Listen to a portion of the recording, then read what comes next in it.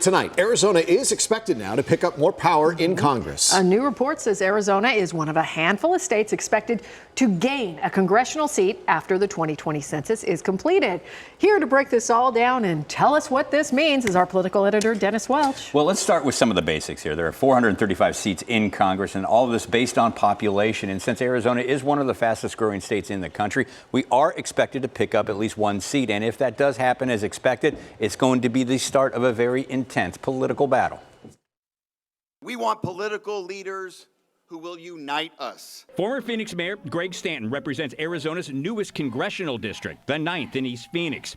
But in a few years, Arizona is expected to have another congressional seat to fill.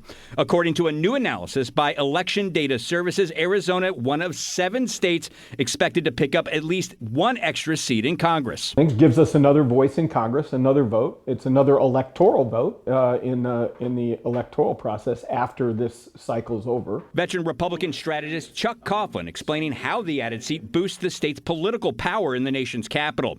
But it will also set off a political fight over where the new district is drawn and which party it favors. The battle expected to be fierce since Democrats have already accused Republican Governor Doug Ducey of stacking the commission that decides who will redraw the political maps in Arizona's future. As you just said, the appellate court commission is ultimately appointed by the governor, and he's done a very remarkably good job of making sure that there are no Democrats serving on that commission right now.